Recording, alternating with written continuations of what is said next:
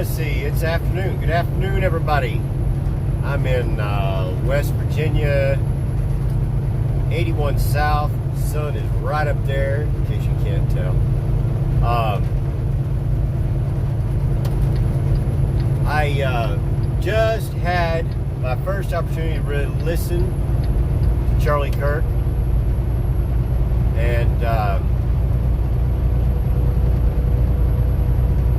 I think that we are if we had sat down and learned from the same books in the same classroom, I don't know that we could actually be more in tune with our foundational beliefs, what defines liberty and freedom and these things. So Charlie Kirk, that was actually at the Chino Hills Church, Calvary Chapel, that I was watching the video with Jack Hibbs, and wow, I has he been reading my notes? Have I been reading his? I'll read his tweets, but people are giving him a lot of grief over working with conservatives, allowing somehow some people seem to think that there's some gatekeeper, conservative gatekeeper. Well, there's not a gatekeeper, but they were getting all agitated over the fact that conservatives can be gay. Okay, first of all, conservatism is not Christianity. Okay, and what I mean by that is I do believe that you can be conservative and homosexual. As a Christian, I find it difficult to accept that you are living a Christian lifestyle if you cling to homosexuality. Okay? That is because it is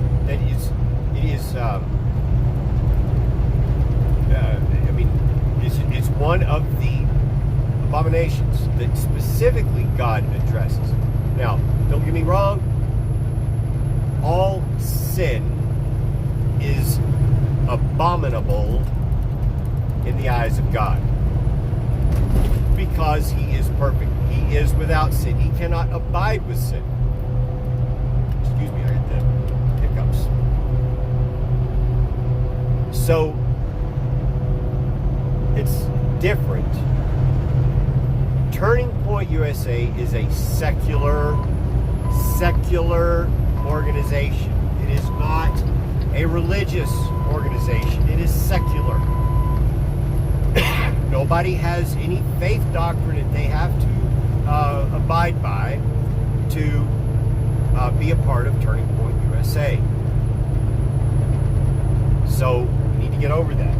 I do not have a problem working around, being friends with homosexuals. I have them. I've been around them. I've worked with them. I have family members who are. I have very close friends who are. There's certain things we just do not cross wires on. And I respect them over that. They respect me over that. They don't even bother to ask me to celebrate anything with their lifestyle. It's respectful.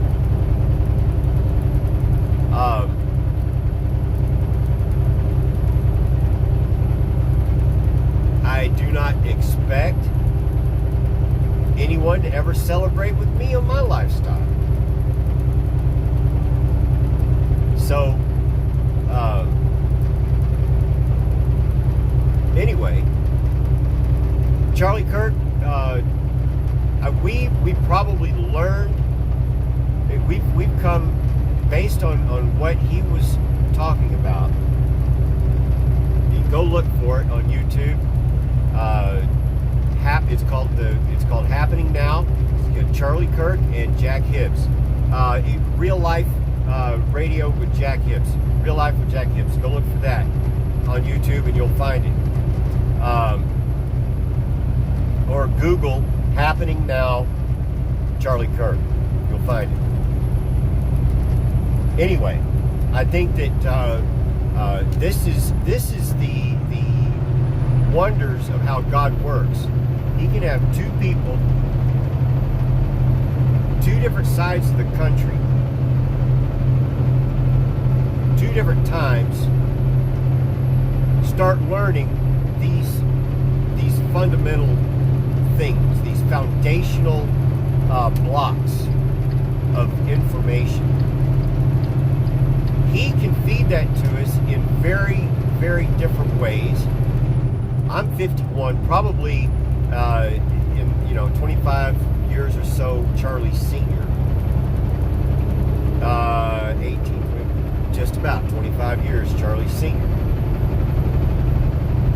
And I started probably 3.5, 4 years ago, learning, well, what are our inalienable rights? What are these rights that, the Declaration of Independence refers to? I believe that we've been endowed something by our Creator, God. What are they? Life, liberty, and the pursuit of happiness. That is what everybody says.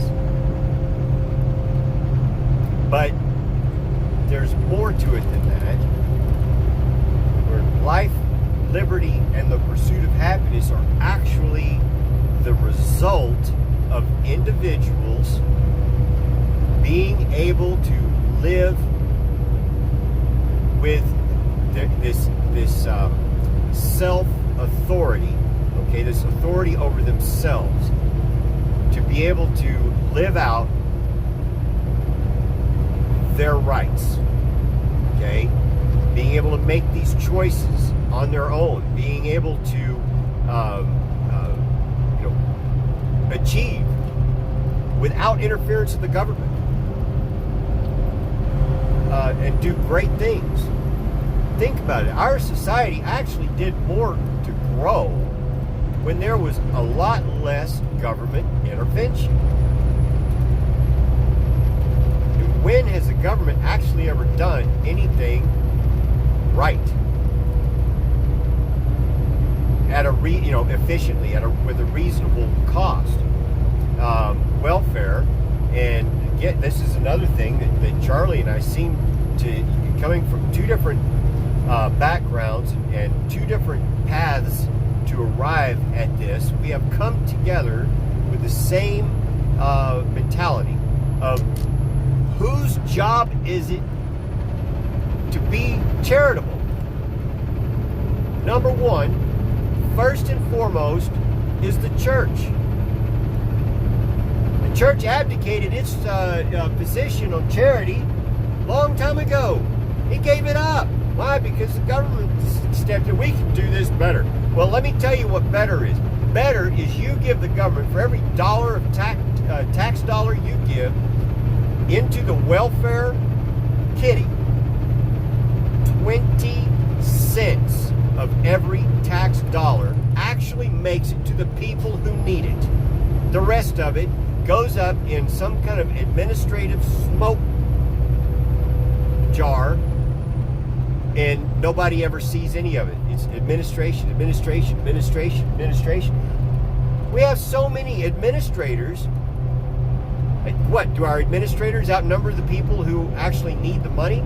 It would be better if the welfare bureaucracies hired the people that needed the welfare. At least then they would be getting all the money, right? Crazy.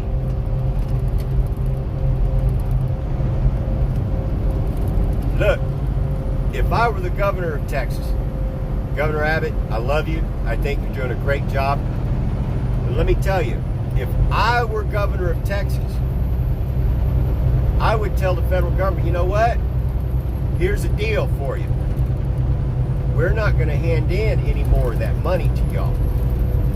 As a matter of fact, we're not going to collect any of that. You're not going to collect from our citizens money that you're going to spread out to the rest of the union. We'll make a deal. You don't give us any money, we don't give you any money. We've got churches and charities, secular, religious, whatever, okay? And I guarantee you, the state of Texas, if they opted out of any government assistance, the state of Texas would do far better than any other state receiving money for welfare. Get rid of it. Governor Abbott, if you're listening, do it.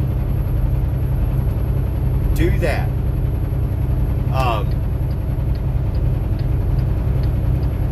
Incentivize also in this talk at the Chino Hills Calvary Chapel.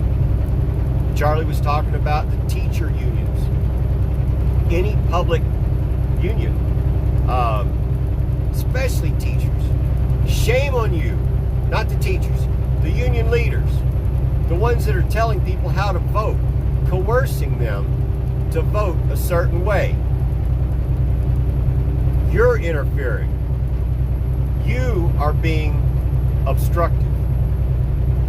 You don't tell someone else how to vote. And you certainly don't make their well-being depend on how they vote. If you ask me, that's treasonous. So,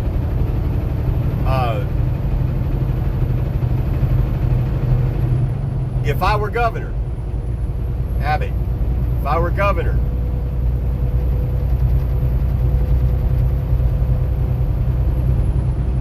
I would get rid of a Texas state school board. Get rid of it. Hand the power back to the counties. And then let the counties determine, do we maintain control or do we give the power back to the communities? And if we give the power back to the communities, who do we actually give the power to? Who would the school board actually have to listen to? They would have to listen to the parent, because the parent is paying their sorry butt. Now, county by county, they collect their taxes, their property taxes by counties. Counties are now responsible. Not going out to the, not collecting it all up and going to school boards. No. Give as much governance back to the individuals. Back to the individuals. I hear people all the time, loved ones, friends, family members, I hear them all the time say, well, federalism just can't work.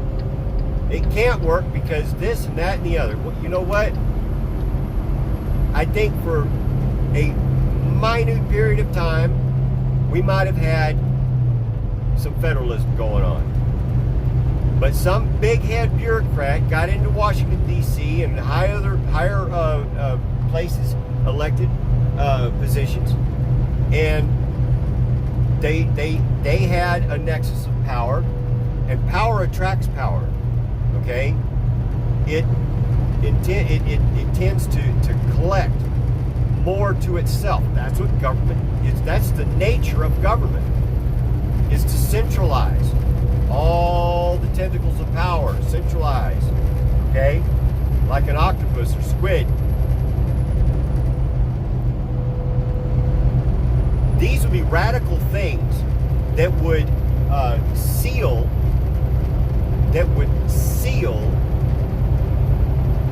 the I want to call it the independent nature, the independent spirit of every state, because every state is an entity unto itself. We just happen to be a union of entities. Right now, we've got a federal government that says, you know what, I'm going to be the big nanny in the sky. Because that's what government does. Stop it.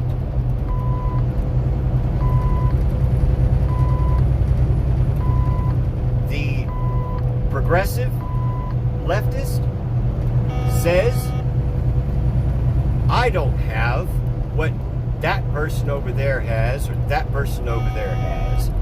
And what am I going to do about it? Their buddy, hearing from Elizabeth Warren and from Bernie Sanders and from other socialists, they can tag on whatever adjective they want. Democrat, they could even call themselves a socialist Republican if they wanted to. It doesn't matter. They're a socialist. The socialist says, well, get government to make it equal. Spread it out. Well, where's the incentive in that? Now you're just like all the other people who don't have, again. Now you're going to be looking at the people in power who have stuff that you don't have. And then you're going to be looking at, well, how do I get what he has? Oh, I got to go run for office. Well, in a socialist government, it's rigged. You'll never become a leader in the socialist government unless you have contacts, unless you're born into the right family, etc. And that is what Donald Trump is fighting. This socialist, this government elite. It's like a ruling class unto themselves. You think about it, and this was another point that Charlie Kirk made, you think about it, at one point in 2016, they actually thought it was going to be, and it looked like it was going to be Clinton and Jeb Bush. Hillary versus Jeb. That would have been okay. Why? Because they're both part. They are both royal blood in the ruling class. They are both of royal blood in the ruling class, so it would not have mattered which one won. They would have essentially remained two wings of the same bird. The ruling class is still in power. But here comes Donald Trump. Liked and loved by Hollywood and much of that ruling class because he donated to them until he ran for president. So he went from being liked and loved, revered and cherished, and people sought after him, to being some kind of evil racist. I don't get it. How does that happen? He's not part of the royal ruling class. Well, now there is a Trump dynasty people are talking about that may or may not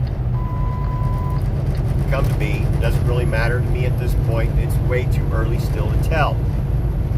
But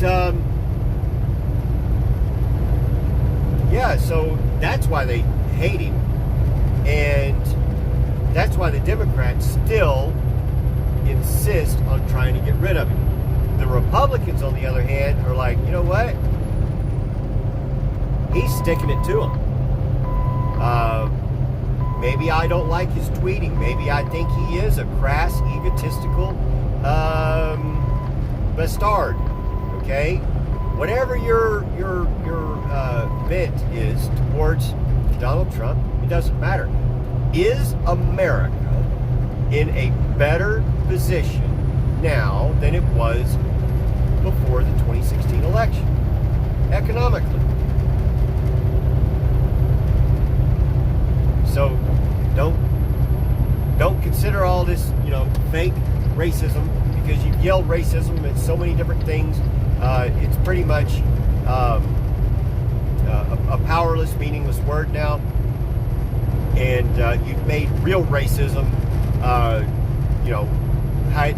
off in the shadows. Now we don't even see real racism anymore because everything is racist.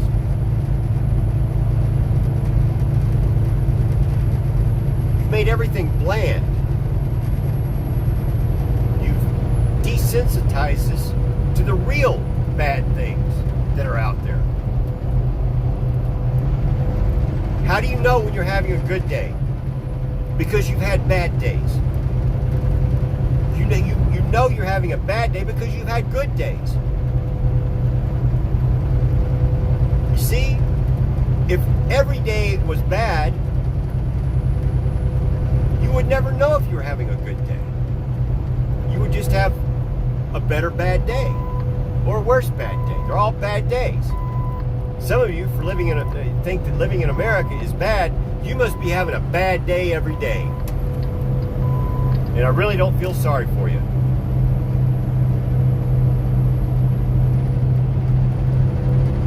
And let me tell you something about the economy. We don't need an economy that works for everybody. We need everybody that works for the economy. Everybody. Every able body. Yeah, and some of you do need to get off your couch and quit collecting food stamps for doing nothing. Okay? Anyway, blessings to Charlie Kirk. It was the first time I really got to listen to one of his full shows. I've seen the excerpts of him. But one thing I would love to be able to get together with Charlie and discuss more about the natural rights, natural law, duty,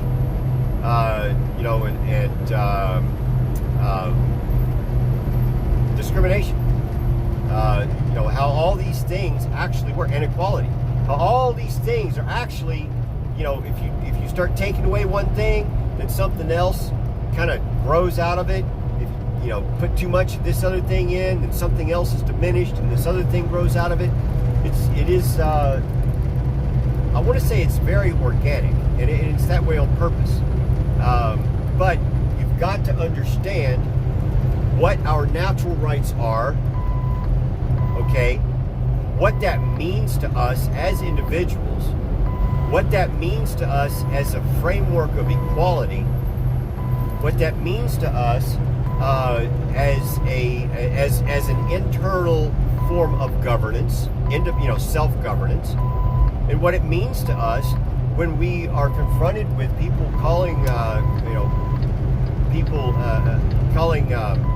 discrimination for words. Sorry, words do not discriminate. Words do not discriminate. Words can explain why there is discrimination. Discrimination must be connected to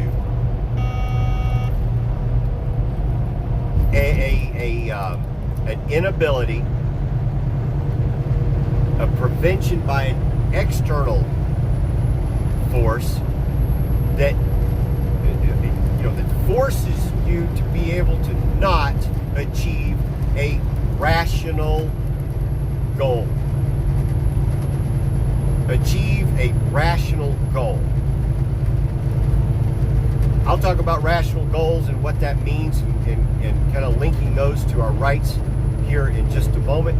But that way this video doesn't get too much longer because it will. All right. Until next time, Charlie Kirk, I'd really like to be able to talk to you, meet with you. We can Skype, FaceTime, whatever. But I'd love to be able to talk to you because I think that God has taken two individuals in two, like I said, I'm 25 years your senior. He's, I think, taught us in two different ways, but he has brought us to probably the exact same foundational beliefs regarding rights, liberties, freedoms, and what this Constitution and Declaration of Independence and how all that work together to make this nation what it is. But anyway, God bless. See y'all later.